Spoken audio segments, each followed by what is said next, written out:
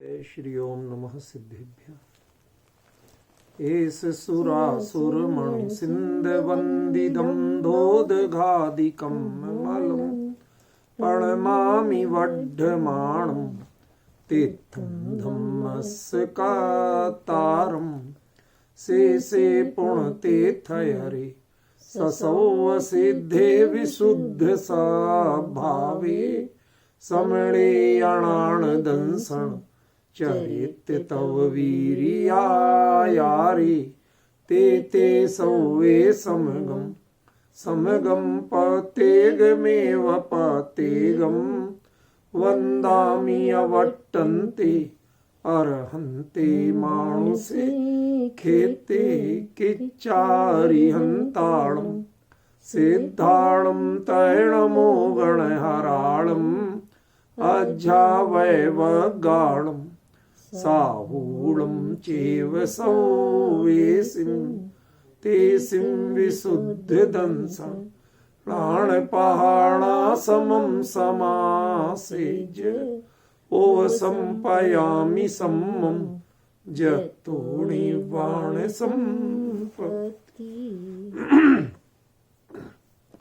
प्रवचन सार परमागम चरणान योग चूलिका महाधिकार गाथा 224 पृष्ठ 430। किम किंचणतितक्कम अपुणभव कामिणोध देहेवी संगम तिजिणवरिंदा अपडिकम मत्तमुवदिठा।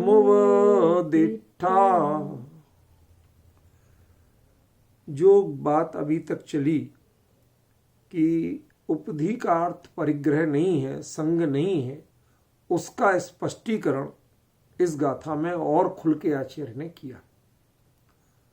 क्या कहते हैं वो?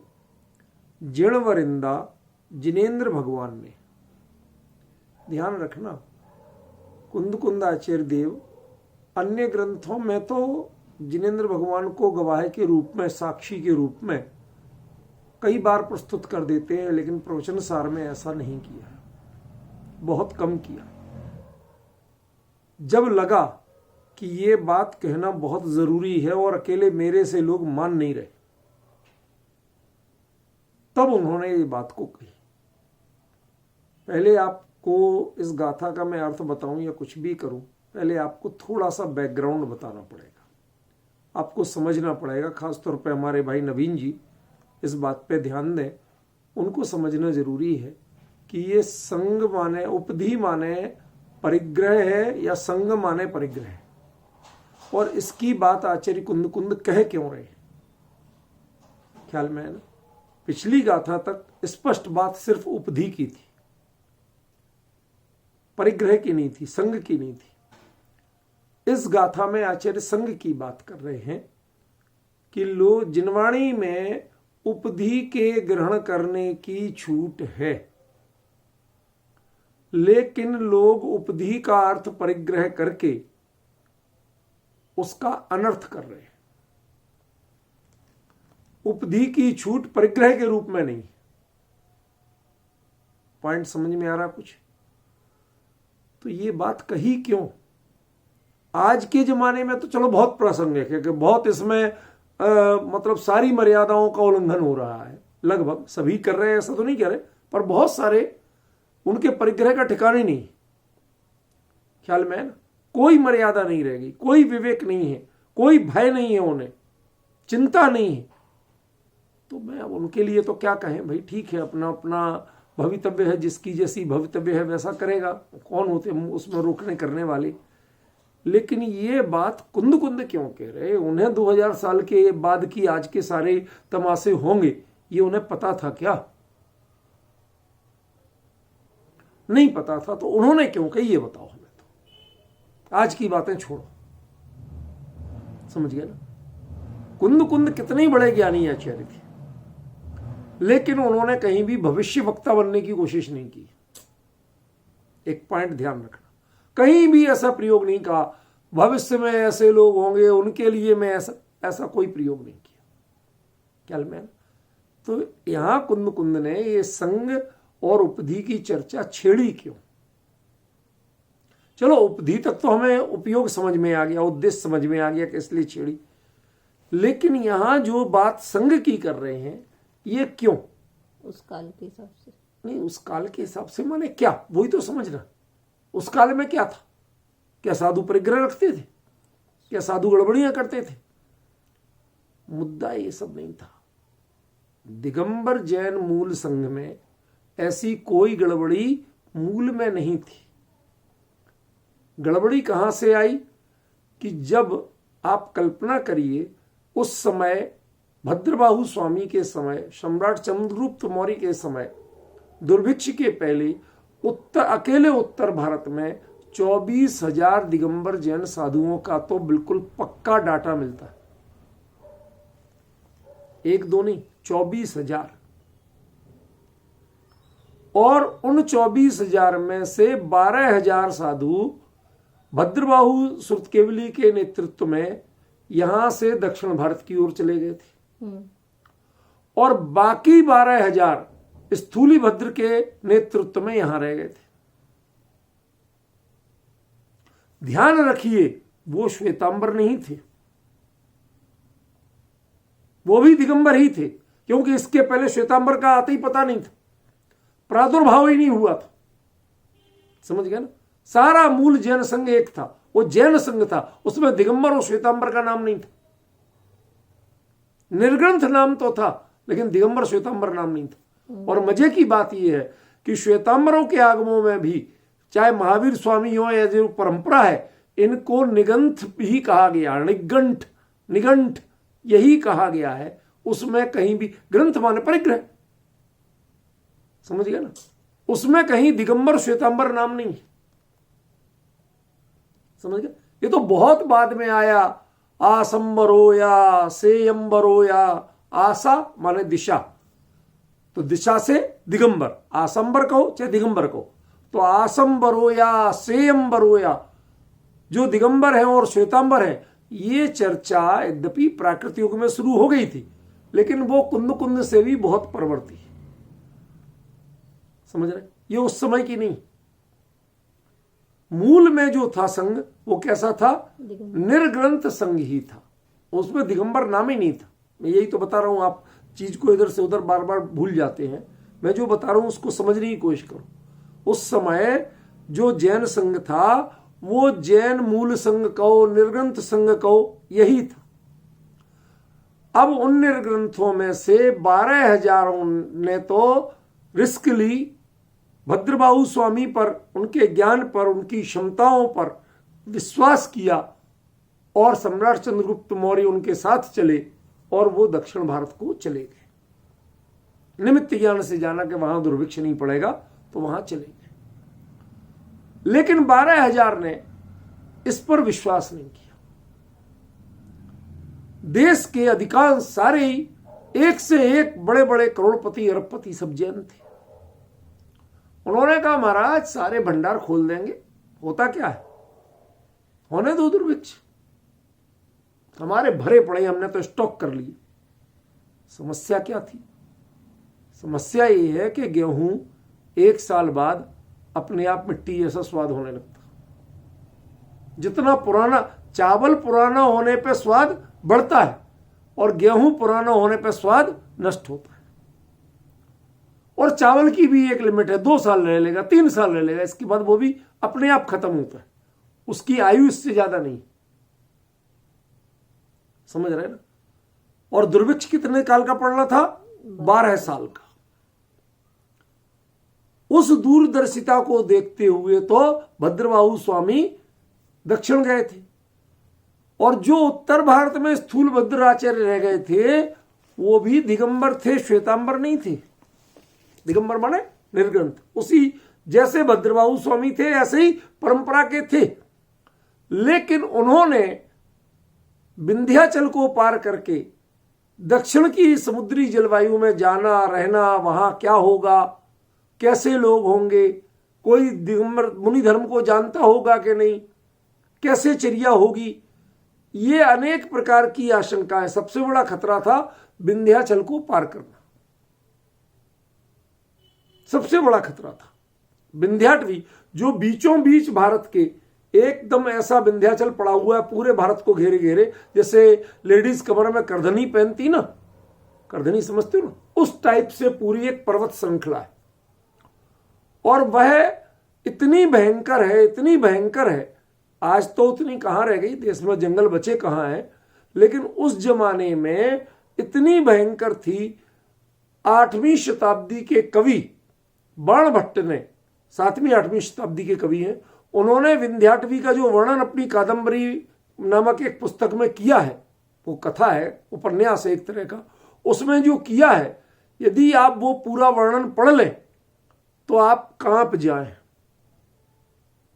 इतनी बीभत्सता, इतनी भयंकरता उसकी बताई, ठीक है ना। माने कई पेज, लगभग एक पूरा चैप्टर विंध्याटवी वर्णन पे है कि विंध्याचल का जंगल कैसा था, समझ गए। उसमें कौन रहते थे, कैसे रहते थे, क्या स्थिति। उसमें कहते कि वहां की भूमि का बहुत सा हिस्सा राज रानियों की तरह असूर्यम पश्या था, कुलीन स्त्रियों की तरह, समझे कुछ। जैसे कुलीन स्त्रियों को सूर्य भी नहीं देख पाता, वो अपने पर्दे में रहती हैं, ऐसे वहां पेड़ों की घनी छाया के कारण सूर्य कभी वहां की धरती को देख नहीं पाता था, उसकी किरणें नहीं पड़ती। ऐसे ऐसे वर्णन किए उसमें, समझ रहे। अब आप कल्पना करिए कि ऐसी भय, और फिर पहाड़ अलग है, विंध्याचल ऊंचा पहाड़ है, कोई छोटा मोटा पहाड़ नहीं। आपको बता दूं जानकारी के लिए, जो जियोलॉजिकल सर्वे में विश्वास करते हैं उनके लिए बता रहा हूं खास तौर पे कि विंध्याचल हिमालय से पुराना पहाड़ है। हिमालय बाद में पैदा हुआ बना, लेकिन विंध्याचल उससे बहुत पुराना पहाड़ है, समझे। भारत का यदि प्राचीनतम पहाड़ कोई कहे तो उनमें से विंध्याचल आता है। विंध्याद्री और सह्याद्री, सह्याद्री सह्याचल, ये दक्षिण के जो वो है ना आपके ऊटी उदक मंडलम के जंगल, उनको कहते हैं, समझ गए ना। ये दो मेन प्राचीन भारतीय साहित्य में दो मेन जो पहाड़ों का वर्णन मिलता है वो विंध्याद्री और सह्याद्री का मिलता है। सह्याद्री तो चलो थोड़ा समुद्र के किनारे साइड में है, लेकिन विंध्याद्री ये जो था, यदि आपको दक्षिण जाना है तो विंध्याचल को पार करना है, और विंध्याचल ही वह सीमा थी जिसके बाद दक्षिण में दुर्भिक्ष नहीं पड़ना था, विंध्याचल के उत्तर में दुर्भिक्ष पड़ना था। अंतर समझ गए। तो उसके भय से बहुत से लोग गए नहीं। श्रावक तो गए ही नहीं, वो तो चंद्रगुप्त तुम्हारे तो सम्राट था, वो सेना की टुकड़ी लेके गया, वो बात अलग थी, पर श्रावक नहीं गए, हिम्मत नहीं हुई, समझ गए ना। कुछ लोग सेना की टुकड़ी के साथ चले गए हो तो चले गए हो, बाकी ऐसे ज्यादा नहीं गए। तो श्रावकों को अपना भय था, विंध्याचल का वर्णन सबने पढ़ा हुआ था, इस कारण से वो वहां नहीं जाके वो यहीं पर रुकना पसंद किया। उन्होंने कहा हम अपना सब जोड़ तोड़ लगाएंगे, कहां जाए, यहीं रहेंगे, सब साधन करेंगे, हमारे पास बहुत स्टॉक है, सब व्यवस्था कर लेंगे और यहां रहेंगे। लेकिन जब 2-3 साल बाद दुर्दशा बिगड़ी, वो अन्न भी खत्म होने लगा या अपने आप नष्ट होने लगा, मिट्टी जैसा होने लगा। उस समय कोई फ्रिज एसी तो थे नहीं, समझ गए ना, प्राकृतिक साधनों पे ही रहना, और दुर्भिक्ष लगातार पड़ रहा, तो पेड़ पौधे वनस्पति ये चीजें नष्ट होने लगी, बहुत स्थिति खराब हो गई। तो लोग धीरे धीरे, वो घटना है श्वेतांबर ग्रंथ में भी लिखी है और दूसरी जगह, कि दिगंबर अवस्था में मुनिराज आहार लेने, उन्होंने तय कर दिया कि संघ में 2 दिन पहले कहा 2 दिन में एक बार आहार लेने जाएंगे, फिर कहा 3 दिन में एक बार आहार। साधुओं की पाली बनती थी कि आज खाली ये निकलेंगे, समझ गए ना। और वही लोग जो संपन्न थे, व्यवस्था थी जो, वो वहां आहार लेके आते। तो 3 दिन का एक बार में जब लेना, देखो जब हम मूल संघ से छूटते हैं तो ये कमियां आती, ये बैकग्राउंड जानना आपको जरूरी। तो इस कमी के कारण वो साधु फिर अल्पाहारी नहीं रह गए, मिताहारी नहीं रह गए, वो पेट भरने लगे, समझ गए ना, कि अब 3 दिन बाद मिलना है, खा लो फिर अच्छे से। तो आज अच्छे से। और वो लोग महाराज 3 दिन बाद नंबर आएगा, अच्छी से जिम लो, तो उन्होंने अच्छे प्यार से बहुमान से खिलाया, इन्होंने ढंग से खाया। कहते एक साधु अकेले लौट रहे थे संघ के लिए, तो कुछ लोगों के, गरीबों के जो बच्चे, उनके पास तो साधन नहीं, तो बच्चे भूख से तड़प रहे थे। तो उन लोगों ने अकेले में साधु को घेरा और घेर के अपने ले गए ओट में, और वहां उनका पेट काट के अनाज के कण निकाल के बच्चों को खिला दिए। अब समझ में आ रही है कुछ वस्तु स्थिति। तो धीरे धीरे ये कहा गया कि, और बहाना क्या किया कि नंगे जा रहे थे हमारी बहू बेटियों, वो तो बहाने थे, वो तो पहले भी रहते थे, उनसे कभी कोई रिस्क नहीं हुई आज तक, लेकिन कह दिया तो संघ ने, फिर उन्होंने, स्थूल भद्राचार्य ने संकेत किया कि आप लोग जब आहार के लिए जाएं तो एक चटाई लपेट जाएं। अब आज जैसी मॉडर्न चटाइयां बुनी हुई इतनी बढ़िया तो होती नहीं थी। अब पहले तो बांस की होंगी या बांस के उसके खजूर के पत्तों की होंगी ज्यादा से ज्यादा, यही चीजें पुरानी थी। अब इनको शरीर पे लपेट के जाना, हाथ में पिच्छी भी चाहिए, आकड़ी भी लेना, अब कैसे जाए। कुछ समय तो लोगों ने कोशिश की, पर वो भी कभी भी खुल सकती थी, कब तक पकड़े रहे, ख्याल में, तो कोई घटना ना हो जाए, फिर से वो पुनरावृत्ति ना हो जाए, तो उन्होंने लेके धीरे से कह दिया उसको कि उतने समय के लिए चटाई की जगह वस्त्र का प्रयोग कर लो। तो उसे आपत्ति काल का चेल प्रयोग कहा गया। चेल माने वस्त्र, समझे, आपत्ति काल का। वो जो आपत्ति काल का चेल प्रयोग था मुकेश जी, वो चेल प्रयोग धीरे धीरे उन्होंने कहा साहब आओ तो उतार के अलग कर देना, सिर्फ आहारचर्या के लिए थोड़ी देर के लिए किया गया। अब वो लगा के गए तो कोई ऐसे ही आके बैठ गए, नहीं किया। धीरे धीरे धीरे तो एक शुरुआत होती है। परिग्रह एक ऐसी बुरी चीज है, एक बार आप कर लो, गिरना एक बार शुरू कर दो, अंत नहीं आएगा, कहां तक गिरोगे, ख्याल में है ना। तो उन्होंने धीरे धीरे वो नीचे पहने रहे। अब जब नीचे ही की छूट है तो सर्दियों में ऊपर भी डाल लिया, एक ओढ़ने भी लगे, चलो ठंड क्यों खाएं। फिर अब जाएं और जाके आए सबको, तो कई बार उन्होंने कहा एक, अब हर घर में उतना नहीं रह गया, किस घर एक आदमी कब तक खिलाए, कितनों को खिलाए। तो उन्होंने कहा साहब 5 घरों से, पहले नियम ये था कि 5 घरों, जो बगल के एक ही पंक्ति के 5 घरों से यदि सामग्री कोई शुद्ध प्रासुक लाता है और एक घर में आहार होता है तो वो दे सकते हो, मुनिराज ले सकते।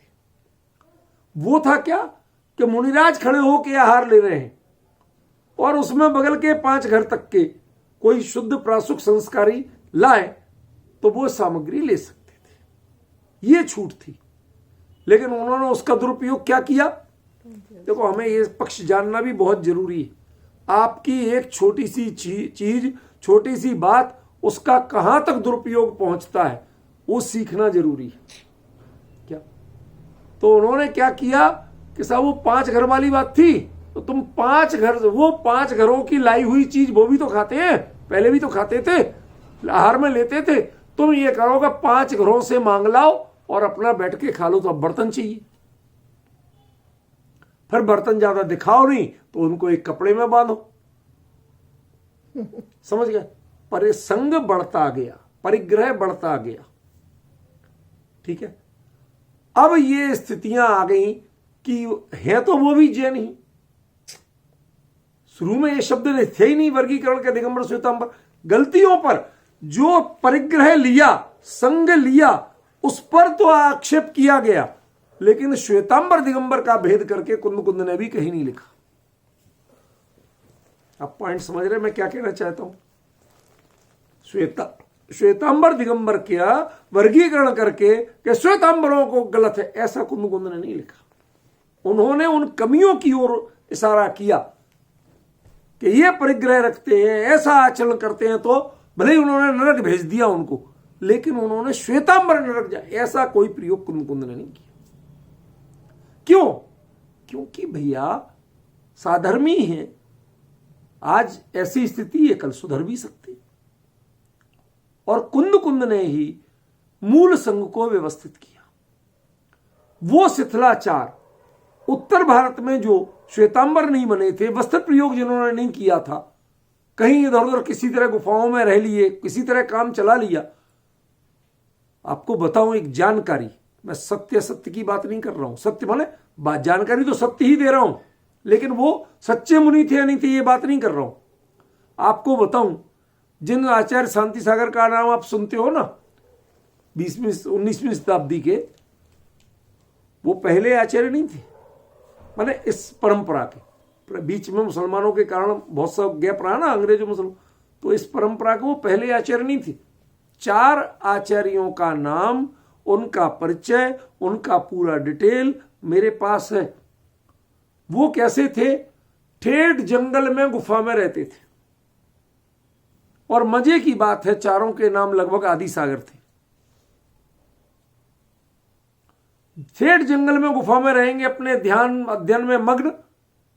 कभी कभार आसपास के गांव में कहीं गए, चुपचाप किनारे के ही जो मिल गए, जिसने जहां आहार मिल गया वहां ले लिया, नहीं तो कहीं आते नहीं थे, किसी से मिलते जुलते नहीं थे, बातचीत नहीं, चुपचाप अपने अध्ययन चिंतन में मग्न रहते थे, सामायिक प्रतिक्रमणों में मग्न रहते थे। मेरे पास इससे कोई प्रमाण नहीं है कि वो कौन साचा कौन झूठा, इसकी मैं कोई सर्टिफिकेट नहीं दे रहा किसी को। जो सूचनाएं मिल रही वो बता रहा हूं, समझ में आना। इसका मतलब कि अभी की जो परंपरा है, इसके भी इसी 19वीं शताब्दी में वो साधु दिगंबर, अपरिग्रही और वनवासी ही होते थे, और वो आसपास के गांव में जहां जो मिल गया वहीं तक सीमित रह के अपना चलाते थे। क्यों? क्योंकि देश काल वातावरण अनुकूल नहीं था कि विहार करें। वो सब दक्षिण में हुए, कर्नाटक साइड में, कर्नाटक केरल साइड में, उसी साइड में हुए, समझ गया ना। वहीं रहते थे, वहीं अपनी चर्या करते थे, वो विहार नहीं करते थे लंबा चौड़ा। क्यों? क्योंकि देश काल वातावरण उसके अनुकूल नहीं थे, समझ रहे। तो उसके बावजूद ये चलता था। तो वहां के सारे ही श्वेतांबर नहीं हो गए थे, कुछ जो उत्तर भारत में भी ऐसे गांवों में, कहीं जंगल में ऐसे चुपचाप रहते थे, कोई कोई कहीं आहार देते होंगे। अब समस्या ये कि जो यहां रुके, उन्होंने बहुत से लोगों की देखा देखी छोटे मोटे साधनों को अपनाना शुरू कर दिया। अब पॉइंट समझ में आ रहा है नवीन जी, मैं कहां लाना चाहता था। वो संघ जो शुरू हुआ, जिनवाणी में छूट काय की थी? उपधि की, और उसकी जगह उसका अर्थ क्या कर लिया गया? परिग्रह, और परिग्रह लेने लगे आपत्ति काल, कहीं कुछ कह के। जैसे कि दिगंबर मूल आमनाय में, मुनि धर्म में, आहार विधि में एक पंक्ति के 5 घरों के लिए प्रावधान है कि 5 घर, भाई किसी के यहां चौका नहीं मैंने लगा तो सब 5 ने लगाया था, तो वो तो शुद्ध ही लगाया। आप बिना चौका लगाए अपना हर, लेकिन मुनिराज एक आए और पड़ गए, एक जगह जाएंगे 5 जगह तो लेंगे नहीं। तो बाकी लोग जिन्होंने चौका लगाया था वो अपना सामग्री थोड़े से उस गृह स्वामी की अनुमति से ले जाके, भैया हम भी देना चाहते, दे दो। मुनिराज भी लेते थे। तो वो छूट क्यों थी? कि श्रावक दुखी नहीं हो, जिनके मन में संकल्प है कि मुनि को भोजन दे, फिर निज करहीं आहार है, तो वो कहीं चलो दे लो, हमें क्या परेशानी है। चौका तो सबने लगाया था, शुद्धता तो सबकी वैसे ही थी, समझ गया ना। मन शुद्धि, वचन शुद्धि, काय शुद्धि, आहार जल शुद्धि, ये तो सब उनके यहां भी था ना। तो वो लाके शेयर कर देते थे। इस बात का दुरुपयोग क्या किया गया कि 5 घरों से मांग के अपने कहीं बैठ के खा लो। ये डिफरेंस समझ रहे हैं ना आप। किसी भी अच्छी बात का दुरुपयोग होता है अक्सर। तो जब ऐसी छूटें मिलने लगी तो कुंद आचार्य देव ने पहले चर्चा की कि हां, जिनागम में, मुनि धर्म में उपधि का विशेष परिस्थितियों में सेवन करो, ग्रहण करो, ऐसी प्रावधान है, ऐसा नियम है, ऐसी व्यवस्था है। लेकिन उपधि का अर्थ संग नहीं है, परिग्रह नहीं है। यही बात अपन कर रहे थे इतने दिन से, जबकि नीचे परिग्रह लिखा हुआ था। मैंने इस बात का विरोध अब कुंद कर रहे। मैंने उस समय ये गाथा पढ़ के नहीं कहा था, अब कुंद कुंद खुद विरोध कर रहे हैं कि वो उपधि उपधि है, वह परिग्रह नहीं है। कैसे नहीं है इस गाथा में देखिए। ख्याल में ना, उन्हें क्यों कहना पड़ा, वो किन के लिए कह रहे थे, वो सारा बैकग्राउंड आपको बता दिया शॉर्ट में। ख्याल में ना, उनके लिए जब ये बात कुंद कुंद को कहना पड़ी, स्पष्टीकरण करना पड़ा कि किम किंचन तितक्कम अपूर्ण भव कामिणोध देवी संगम तिजिण वरिंदा अपड़िकम मत्त मोह दिठा। जिण वरिंदा, जिनेन्द्र भगवान ने, जिनवरों ने, जिन वरेंद्रों ने, देखो जिन, जिनवर, जिनवर, वृषभ, ये थोड़ा से कैटेगरीज का अंतर है। पता है क्या अंतर है इनमें? जिन, जितेंद्रिय इति जिन, ये सामान्य वृत्ति श्रावक से लेकर के और महावृत्ति तक सब जिन कहला सकते हैं। पंचेंद्रिय जय जिनके है वो जिन। जिनवर सामान्य केवली और जिनवर वृषभ तीर्थंकर केवली। चाहे जिनवर वृषभ कहो चाहे जिनवरेंद्र कहो, एक ही बात। जिनवरों में भी इंद्र श्रेष्ठ, ये वही शब्द है जिण वरिंदा। अब आप लागू तो दोनों जगह कर सकते हैं भाई। वर्तमान में भी शासन नायक कौन है यहां? तो महावीर स्वामी, तो वो भी तो तीर्थंकर थे। लेकिन कुंद कुंद महावीर स्वामी से डायरेक्ट कुछ लेके नहीं आए थे, तीर्थंकर से, विदेश क्षेत्र से। अब उन्होंने वहां जाके बात कही होगी, जिज्ञासा रखी होगी कि भगवान ये वास्तविकता क्या है। जिन धर्म में, मुनि धर्म में उपधि के ग्रहण करने की बात कही गई वो क्या है? क्या वह परिग्रह हो सकता है? कोई वस्तु हो सकती है? वो वहां बिल्कुल दो टूक निर्णय आया, ऐसा कोई भी चीज हो सकती नहीं। ख्याल में तो आचार्य ने यहां कहा कि ये बात भगवान ने कही है, मेरी कही हुई नहीं। तुम कुंद कुंद का विरोध कर सकते हो, लेकिन तीर्थंकर परमात्मा का विरोध करने का साहस ये तुम्हारे अंदर नहीं होना चाहिए। इतनी हिम्मत नहीं होना चाहिए। ख्याल में आया ना, कई चीजों का अंतर पड़ता है। इसलिए कुंद कुंद ने बड़ी सावधानी से यहां प्रयोग क्या किया? जिण वरिंदा। जिनेन्द्र भगवान ने ऐसा कहा। क्या कहा? देहेवी संगम, ये शरीर का भी यदि तुम परिग्रह करते हो, शरीर तो साथ ऐसे कहा निकाल के फेंक दोगे क्या? कि वो साथ रहे, ये बात दूसरी है। और तुम साज संभाल करो तो ये तुम्हें परिग्रह है। दो बातों में अंतर ख्याल में आया भाई। वो साथ रहता, छाया साथ रहती है, क्या करोगे? कहां काट के फेंकोगे उसे? कोई इलाज है आपके पास? नहीं।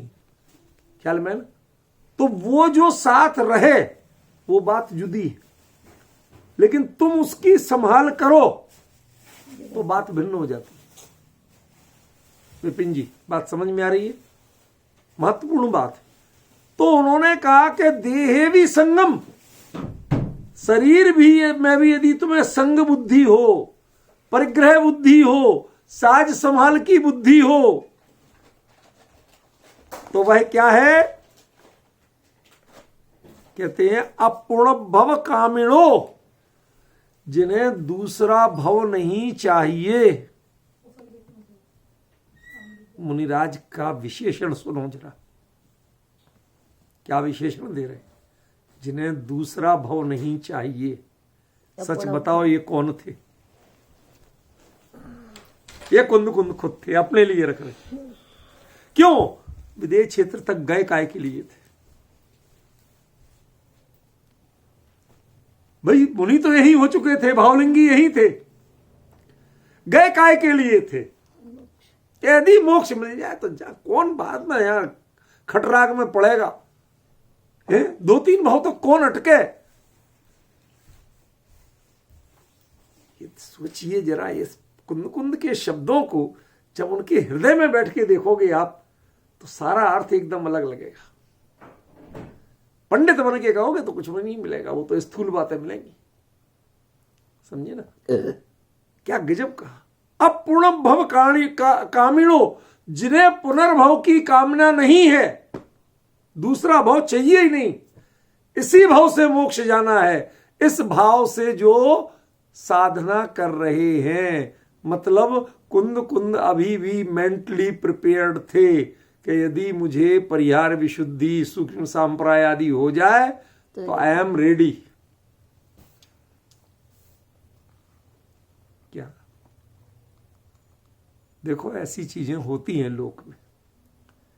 आप लोगों ने दक्षिण में एक राजा कृष्णदेव राय थे, उनके मंत्री थे तेनालीराम। नाम सुना है? विपिन जी सुना है ना? हाँ, विपिन जी तो विद्वान आदमी है, प्रोफेसर हैं। सुनो, व्यंग्य में नहीं कह रहा हूं मैं, सादर कह रहा हूं। तो वो तेनालीराम जो था, वो बड़ा, जैसे बीरबल था ना अकबर का, ऐसा बड़ा तेज तर्रार और बुद्धिमान व्यक्ति था, चतुराई से काम करता था। तो एक बार राजा कृष्णदेव राय ने उसे अपने महल के बगीचे में ही बुलवा लिया कुछ चर्चा करने के लिए, राजकाज की। अब तेनालीराम ठहरा ब्राह्मण। अब ब्राह्मण देवता को कहीं खाने पीने का मौका दिखे और कोई खाने पीने नहीं पूछे तो भाई उसे तो बड़ी पीड़ा होती। आजकल हमारे यहां तो यूनिवर्सिटी में कहते भाई किसी ब्राह्मण को प्राण लेना हो तो उसके सामने बढ़िया लड्डू कचौड़ी पकवान खाना शुरू कर दो, उसे बैठ के देखने को कह दो कि तुझे देखना है और कुछ नहीं करना। कहते सबसे बड़ा कष्ट का काम है उसे। समझ गया ना?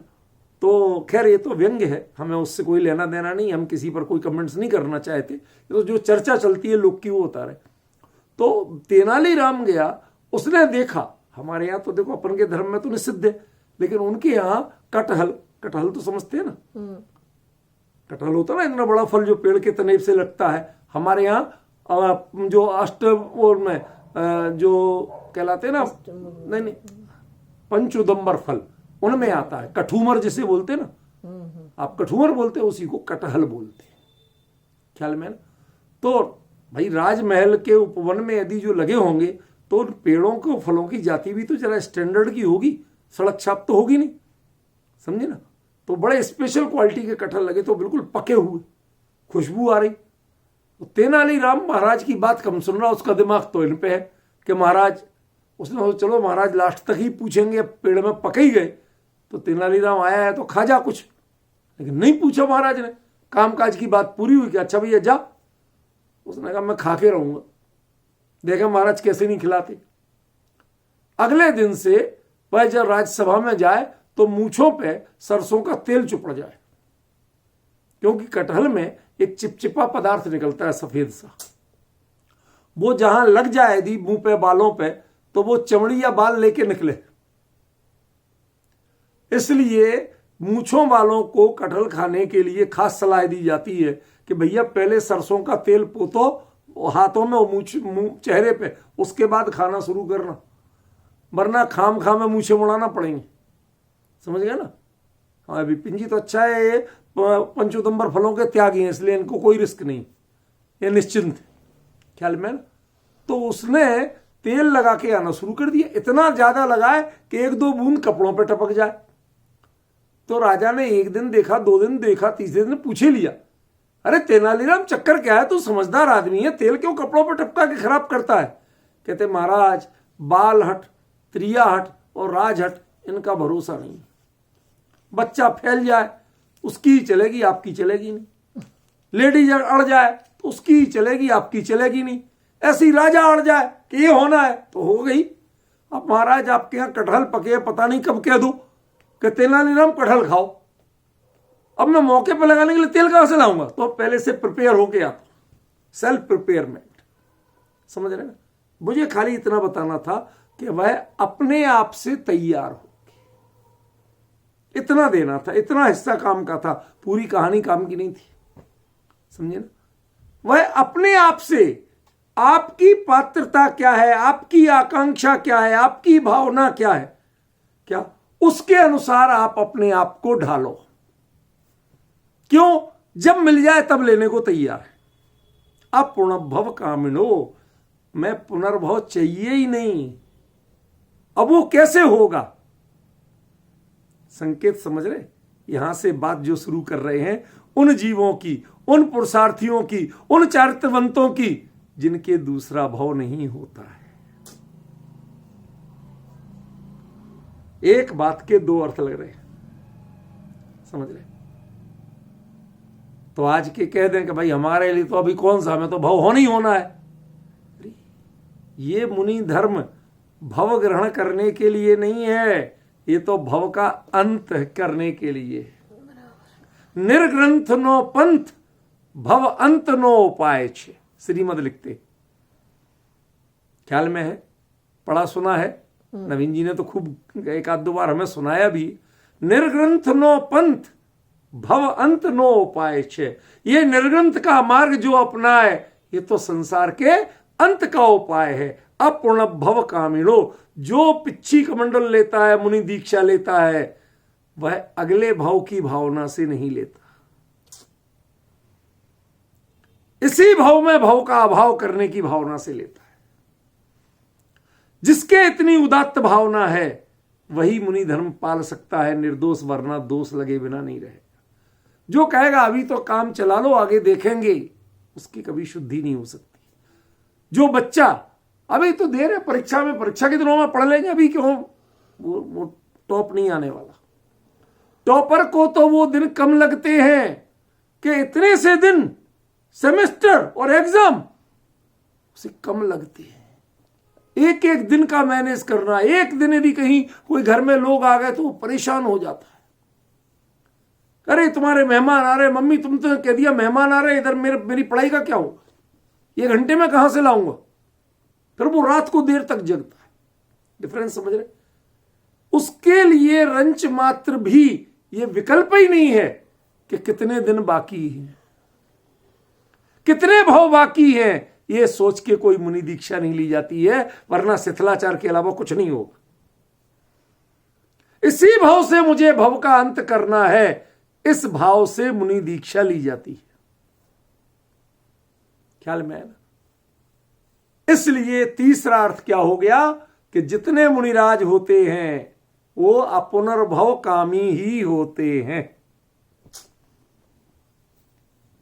एक तो कुंद कुंद के पक्ष में अर्थ, एक मुनि धर्म के पक्ष में अर्थ, और एक जो भी मुनि दीक्षा लेते हैं वो ऐसे ही होते हैं। इसके बिना जिसे दूसरा भाव चाहिए, अभी संसार में भटकना हो, उसे मुनि दीक्षा लेने का कोई तुक नहीं है, कोई सार नहीं है, बेकार है। गुरुदेव बारंबार कहते थे पूर्णता ने लक्ष्य शुरुआत था। क्या पूर्णता का लक्ष्य रखो तब शुरू करो। आचार्य अमृतचंद्र ने भी इस बारे में एक जगह लिखा है, पुरुषार्थ सिद्धि उपाय में। उन्होंने लिखा, यो मुनि धर्मम कथयन, जो मुनि कोई पूछने आए, कहने आए कि महाराज आज मेरा संसार से मन बहुत उष्टा हुआ है, मैं क्या करूं, तो उसे जो ये कहता है कि तुम अभी श्रावक के व्रत अंगीकार करो, कुछ और करो, कहते वो दंड का पात्र, निग्रह स्थानम, सीधे उसे मुनि बनने के। क्यों भाई, इससे आगे और क्या बना भाई? मुनि बन के भगवान तो खुद बनेगा ना भाई। उसे किसी को भी बनना है संसार में तो क्या बनना है? मुनि ही तो बनना है। कोई दीक्षा इससे ऊपर की होती नहीं है, उससे ऊपर तो वो अपने आप जाता है। ख्याल में ना? वो अपुनर्भव कामी तो स्वयं होता है। डिफरेंस ख्याल में आ रहा? तो ऐसे सारे मुनिराज अपुनर्भव कामी होते हैं, चाहते हैं कि मेरे दूसरा भाव न हो, मुझे पुनः किसी मां की कोख में जन्म न लेना पड़े। इसी भावना से वो क्या करते हैं? वह दीक्षा लेते हैं। जिस समय पहला केस लॉन्च होता है, पहला पिच्छी कमंडल हाथ में आता है, किस भाव से आता है? इसी भाव से। पहला प्रमुख गुण स्थान होता है, भावलिंग होता है, किस भाव से? कि मुझे दोबारा मां के गर्भ में जन्म नहीं लेना, दोबारा संसार में जन्म नहीं लेना। इतने दृढ़ संकल्प के बाद ही होता है, अन्यथा जिसने थोड़ी भी विकल्प रखा उसके लिए तो गड़बड़ी होनी होना है। समझ रहे?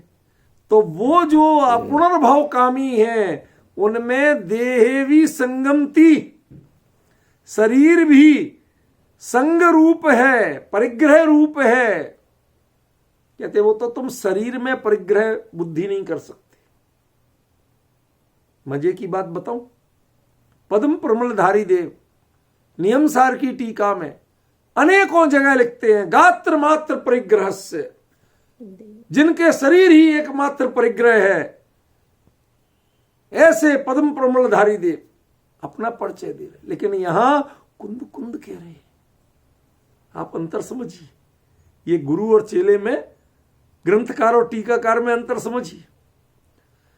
मूल ग्रंथकार ने, सूत्रकार ने क्या कहा कि जो निर्ग्रंथ मुनि है वह देह में भी परिग्रह बुद्धि कर सकता नहीं है।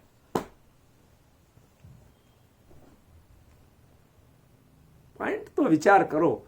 हमें हड़बड़ी नहीं है, आगे भागना नहीं है, हमें पहले उसको पचाना है।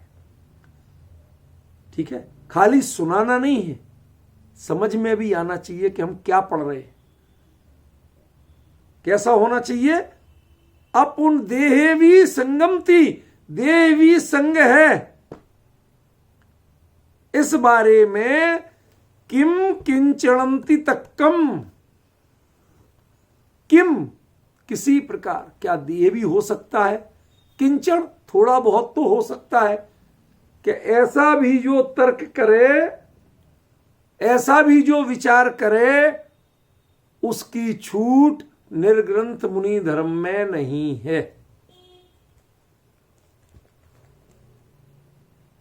तो उपधि के नाम पर संग यानी परिग्रह ग्रहण किया जाए, इसकी छूट कहां होगी? जब देह को ही नहीं माना तो। माने परिग्रह बुद्धि, संग बुद्धि देह में भी नहीं कर सकते आप, जो छूटती नहीं है। और चीजें तो जो छूट सकती हैं उनमें तुम संग बुद्धि का निषेध, माने भावना कैसे कर सकते हो मुनि धर्म में? यहां तो जो छूटता नहीं है, ऐसे शरीर में भी संग बुद्धि का पूर्ण निषेध है। शर्त क्या है? अपुनर्भव कामिनो, आप द्वारा संसार में तो नहीं भटकना चाहते।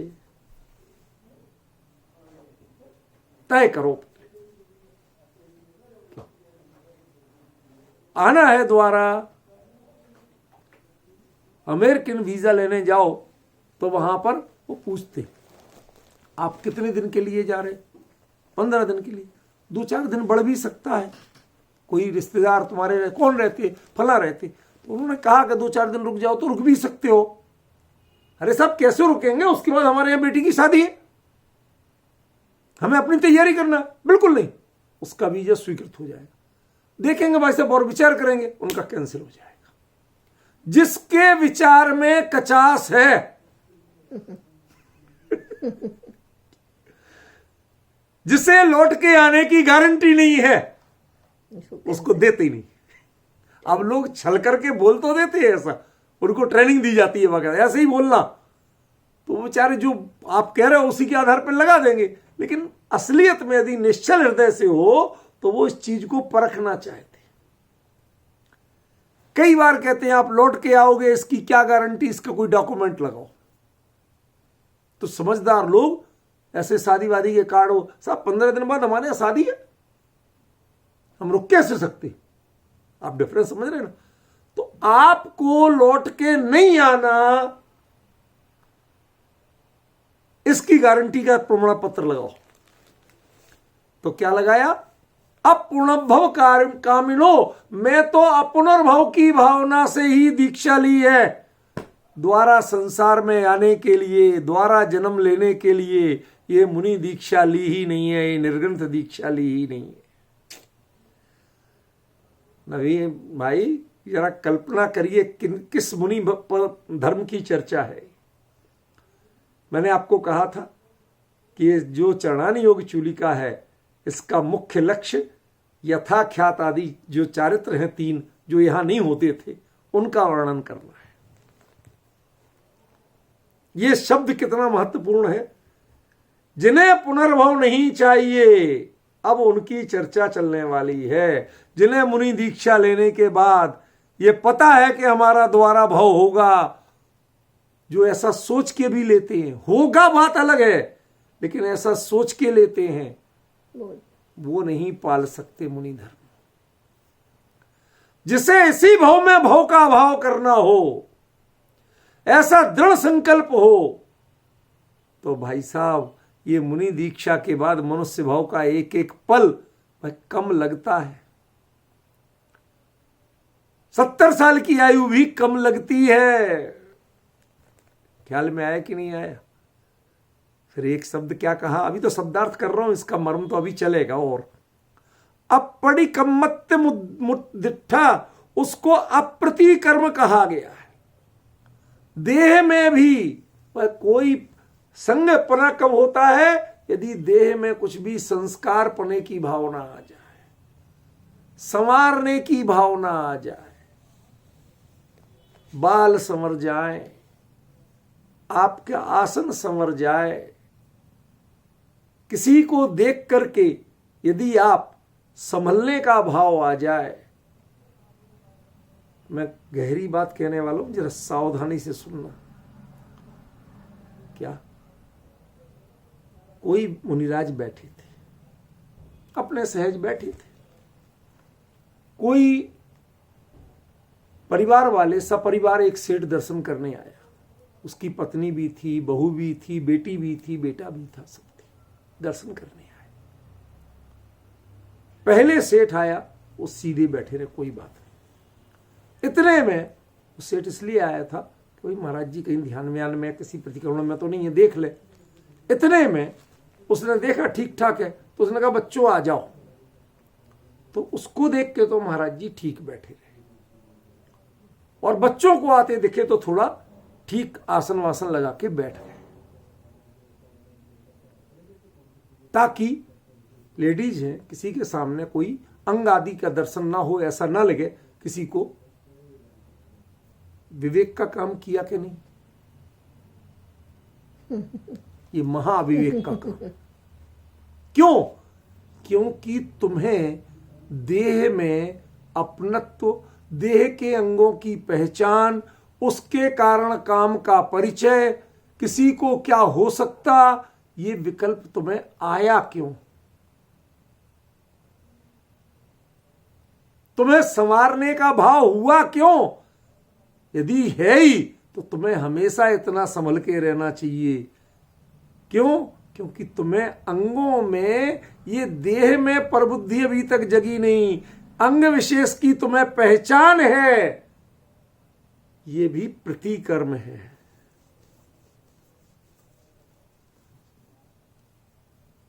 भाई साहब, इसको पचाना बहुत कठिन है। कहने में भी मुझे जोर लग रहा है, क्योंकि मैं जानता हूं इसको पचाना बहुत कठिन है। देह में जरा भी चेंज करने का, आप सहज ही इतने निर्विकार रहिए, आपकी जीवन शैली, आपकी चिंतन शैली इतनी निर्विकार हो कि आपको तो खड़ा भी देखें सब कुछ दिख रहा, उसमें भी लोग सिर्फ मोक्ष मार्ग ही देख पाए और कुछ देख ना पाए। ऐसा आचार्य पूज्यपाद देवनंदी ने सर्वार सिद्धि के सबसे पहले पैराग्राफ में कहा। क्या? अभाग विसर्गम वपुषा मोक्ष मार्गम निरूपयन्तम। एक संकेत भी नहीं किया, एक शब्द भी नहीं बोला, चले आ रहे थे मुनिराज, या खड़े थे, कायोत्सर्ग मुद्रा में खड़े थे। अब जब सीधे कायोत्सर्ग मुद्रा में खड़े होंगे तो बताओ क्या छुपाएंगे और क्या छुपेगा? कुछ नहीं ना। उसके बावजूद आपका व्यक्तित्व, आपका जो मानस इतना पवित्र होना चाहिए, आपकी बॉडी लैंग्वेज इतनी पवित्र होना चाहिए कि उसमें लोग मोक्ष मार्ग के अलावा कुछ देख ही नहीं पाए, कुछ दिखे ही नहीं। भाई साहब, जरा कल्पना तो करिए, इस अप्रतिकर्म का अर्थ अकेला श्रृंगार नहीं है।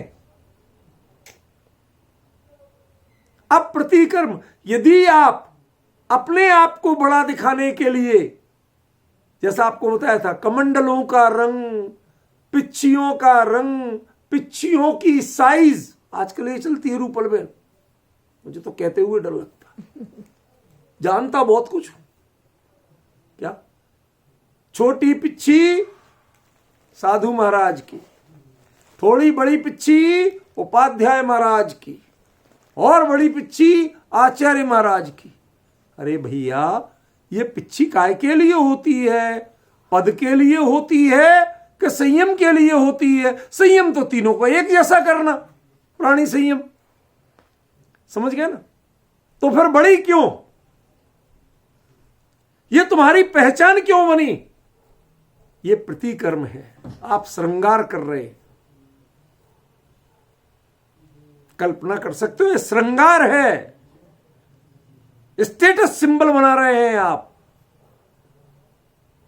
आपकी तपस्या, आपका वैराग्य, वह आपका स्टेटस सिंबल होना चाहिए।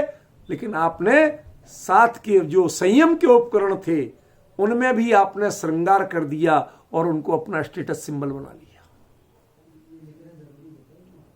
कितना बड़ा अंतर पड़ा भाई साहब, जरा विचार तो करिए। देह को भी यदि आपने ऊंचा बिठा लिया तो बड़े पद के हो गए, ये आपने बहुत बड़ा ज्ञान पाला, समझ गए, बहुत बड़ा अज्ञान पाला आपने। सामने शास्त्र का श्रुतपीठ रखा, यदि स्वाध्याय के लिए रखा तो बहुत अच्छा, लेकिन आचार्य प्रविष्टि है तो उनके सामने रहना ही चाहिए, इसलिए रखा। तो आपने प्रतिकर्म किया, संस्कार किया, श्रृंगार किया, तब आप वो स्वाध्याय का पुण्य लाभ नहीं है, बल्कि प्रतिकर्म का पाप भाग है। कहें तो आज किसको पचे भाई साहब? यहां चर्चा किसकी है? अपूर्ण भव कामिणो, जिन्हें दूसरा भव नहीं चाहिए, जो किंचन क्या है तो क्या हो गया। आजकल तो बात बात में तेथीसु, इनके गुजरातियों में बहुत चलता है। ये गुजराती माने वो प्राणी कि जो सुनेगा सबकी लेकिन करेगा मन की, मानेगा किसी की नहीं, समझ गए ना।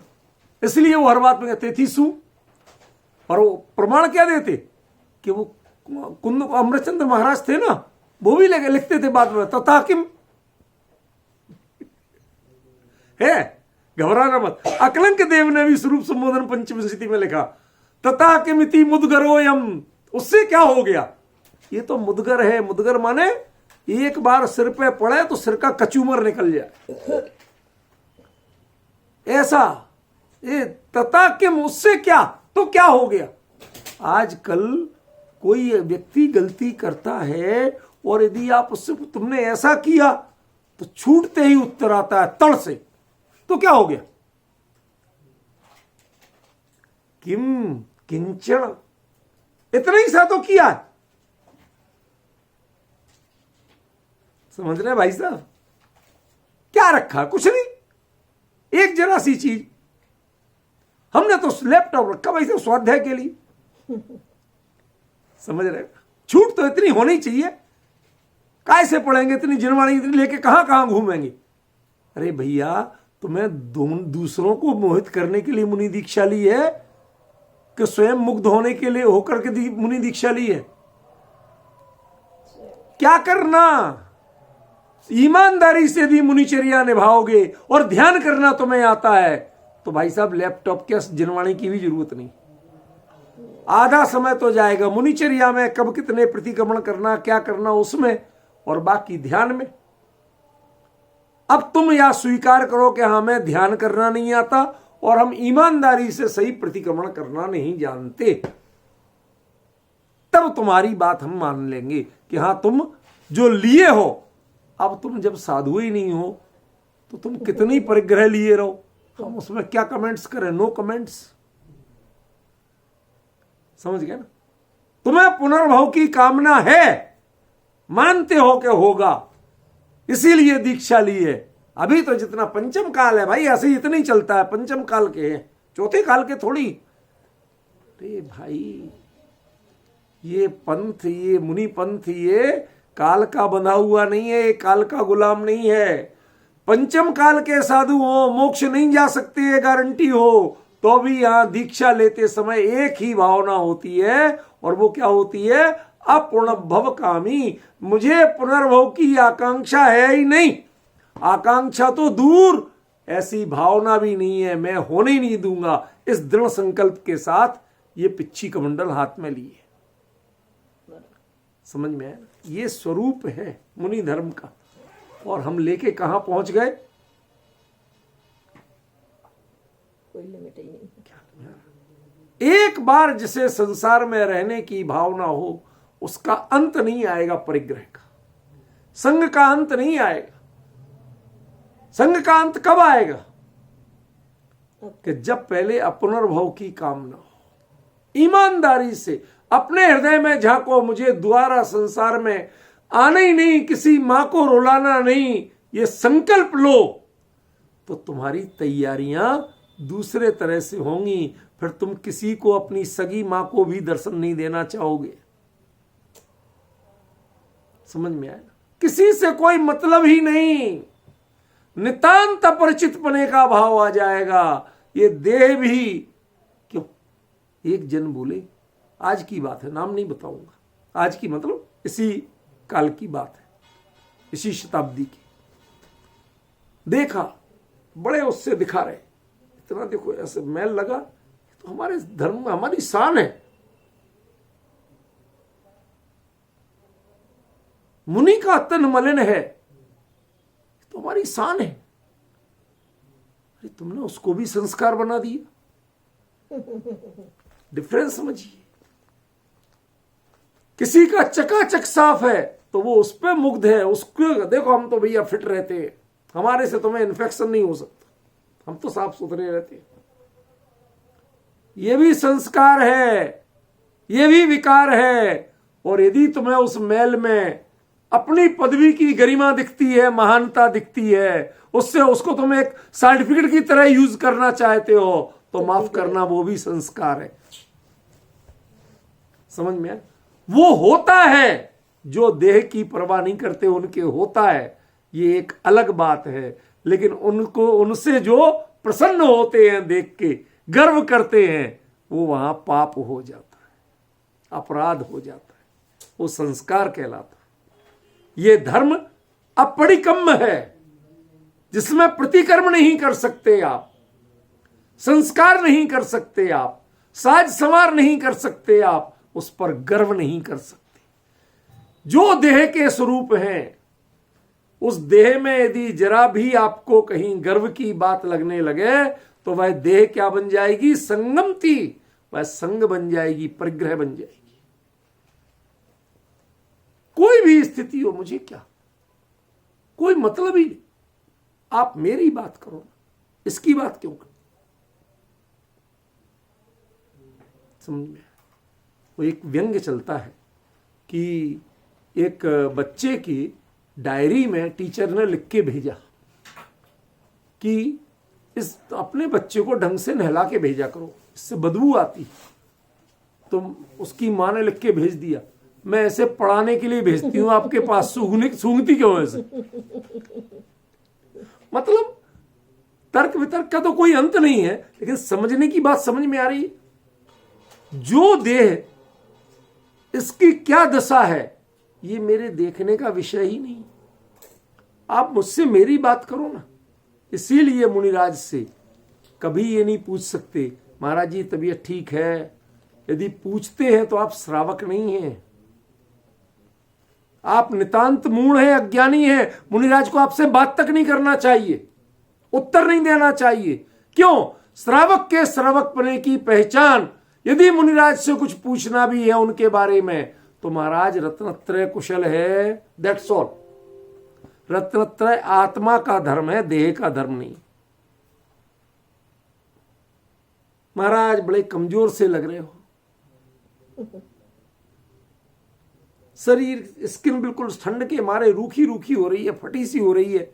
महाराज थोड़ी अनुमति दे तो थोड़ी तेल मालिश कर दूं। वैयावृत्ति कर दूं।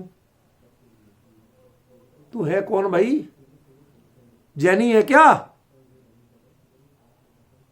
कौन है ये तो बता पहले परिचय। क्योंकि जो जैनी श्रावक होगा वो मुनिराज से देह की चर्चा करेगा नहीं, और जो सच्चे मुनि हैं उस श्रावकों से देह की चर्चा सुनेंगे नहीं, वो मालिश नहीं कराएंगे। अरे किसी की इतनी बीमारी कुछ हो जाए और वैयावृत्ति वो भी मुनिराज करते हैं, फिर दूसरे मुनिराज। ये श्रावकों को देह छूने देना, भाई साहब आपको पता नहीं है इससे कितना दोष लगता है मुनि धर्म में। दोष लगता है मुनि धर्म में, ये कह रहा हूं। देह नहीं छूने देना। क्यों? क्योंकि इनके स्पर्श का मतलब, देह को स्पर्श का मतलब ये एकमात्र विकार जानते हैं। ये इस देह में अविकार भाव इन्होंने देखा ही नहीं है जीवन में। यदि देह का धर्म ये जानते हो तो कोई देह में रमे क्यों? समझ में आया कि नहीं आया? वो रमते हैं, इसका मतलब वो देह में एकमात्र विकार खोजते हैं, इन्हें अविकार भाव का परिचय नहीं है। ऐसे देह में विकार खोजने वालों को देह का स्पर्श नहीं करने देना चाहिए। तो और बाकी संस्कार करने या कराने की बात तो बहुत दूर रह गई। यदि देह में तुम्हें संस्कार स्वीकार है तो तुम्हें देह परिग्रह है, और देह का भी परिग्रह जिसे स्वीकार है वह अपुनर्भव कामी नहीं हो सकता। समझ में आया? इसलिए किसी कारण से कुछ देर के लिए थोड़ा बहुत ऐसे शब्दों का प्रयोग, ऐसे प्रश्नों का प्रयोग महाराज जी थोड़ा तो कर सकते हैं। महाराज जी चश्मा तो ले सकते हैं ना पढ़ने के लिए, वो तो जिनवाणी पढ़ने के लिए लेना है ना। किम किंचनत्ति तक कम। अरे तुम देह के बारे में नहीं पूछ सकते हो तो चश्मे जैसे परिग्रह के बारे में कैसे बात करते हो मुनिराज के लिए? समझे? अभी समय हो गया, विलंब हो गया, बाकी चर्चा कल करेंगे इसकी।